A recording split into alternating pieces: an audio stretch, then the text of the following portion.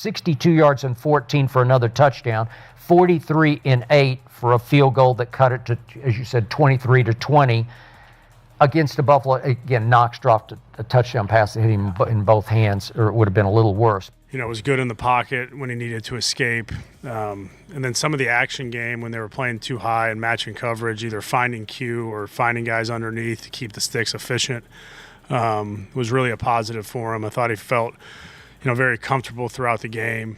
Browns offensive coordinator Tommy Reese has certainly stirred up some controversy with a bold statement after the Browns' recent loss to the Buffalo Bills.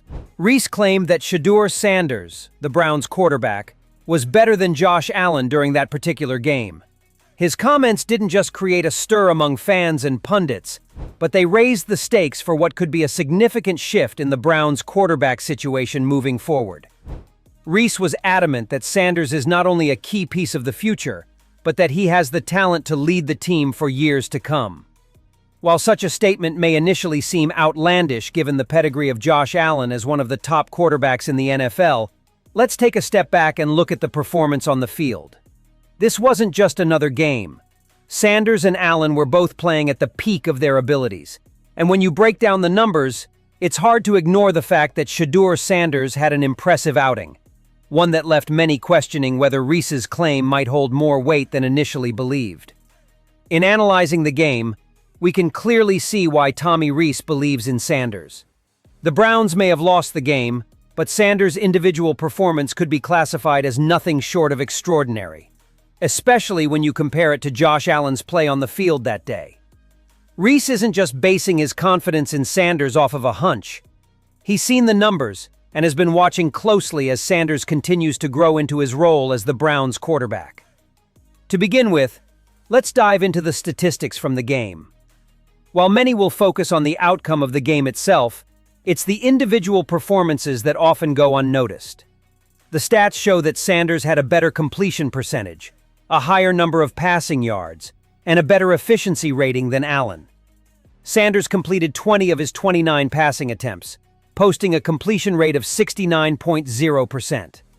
In comparison, Josh Allen completed 12 out of 19 attempts, giving him a completion percentage of just 63.2%. While the difference in completions might seem minimal at first glance, the disparity in completion percentage is significant, particularly when you consider how Sanders was handling the pressure against a strong Buffalo defense. In terms of passing yards, Sanders again outshined Allen, with 157 yards to Allen's 130. This is a crucial point, as Josh Allen is known for his ability to rack up yards, often delivering deep passes with accuracy. Yet Sanders was able to accomplish this while completing more of his passes, which speaks volumes about his precision and decision-making on the field. This stat alone should give fans a reason to pause and reconsider the narrative around the quarterbacks in this matchup. It wasn't just about passing, however. Sanders also proved himself to be the more dynamic quarterback in terms of rushing. While both quarterbacks are capable of using their legs to extend plays, Sanders was the more effective rusher in this game. His ability to move the chains with his feet, to escape pressure and create opportunities for his team, was something that Josh Allen struggled with throughout the game. While Allen is certainly known for his ability to make plays with his legs, it was Shedeur Sanders who made more of an impact in this area. He was more effective in moving the ball on the ground, something that contributed greatly to his overall performance. Now let's take a look at the offensive pieces around both quarterbacks. The Buffalo Bills are known for their high-powered offense, and they've been one of the more efficient teams in the league for the past few seasons. A huge part of that success can be attributed to their wide receivers, who consistently make big plays and provide Allen with ample opportunities to throw deep. The Bills' receivers are often open, and Allen has no shortage of weapons to choose from. Players like Stephon Diggs and Gabriel Davis can make plays anywhere on the field, giving Allen plenty of chances to rack up impressive numbers. And it felt like first drive, we didn't get away from anything. It was like, all right, fine, we'll do this, do that. Had an explosive run, good passes. It's just, again, whenever you don't have, we ran a stutter into, it just felt like. On the other hand, the Browns' offense is still a work in progress, especially at the wide receiver position. While there are talented players on the roster, the unit as a whole hasn't been able to produce at the level that Allen's receiving core has. The Browns' wide receivers struggled to gain separation, and Sanders often had to make do with less than ideal situations. It wasn't always easy for Sanders, and at times, he had to make throws under pressure with defenders closing in on him. If Sanders had the same type of support that Josh Allen had in Buffalo, there's a strong argument to be made that the Browns could have won that game. Imagine if Sanders had a Stephon Diggs or Gabriel Davis-type receiver to rely on. Perhaps that would have made the difference in the game, and the Browns could have been celebrating a victory instead of analyzing a loss. Still, despite not having the same caliber of weapons around him, Sanders continued to perform at a high level, and his ability to shine through adversity only solidified Reese's faith in him. In the aftermath of the game, it was clear that Browns GM Andrew Berry wasn't satisfied with the results either. While the team's performance as a whole wasn't terrible, it was evident that there were areas for improvement. The most pressing issue seemed to be the wide receiver position, and Berry immediately set to work to improve the roster. He brought in Jamari Thrash, a dynamic young wide receiver, in an effort to add more depth and talent to the receiving core. Thrash was expected to provide the Browns with a more reliable target and help give Sanders another weapon to work with. But that wasn't the end of the story. Andrew Berry has made it clear that the Browns are focused on building a better support system for Sanders, particularly in the passing game. With the NFL's focus on the importance of the passing game, the Browns' decision to bring in more reinforcements is a crucial step toward ensuring that Sanders has everything he needs to succeed. This move demonstrates the Browns' commitment to making Shedeur Sanders the face of the franchise and their long-term solution at quarterback.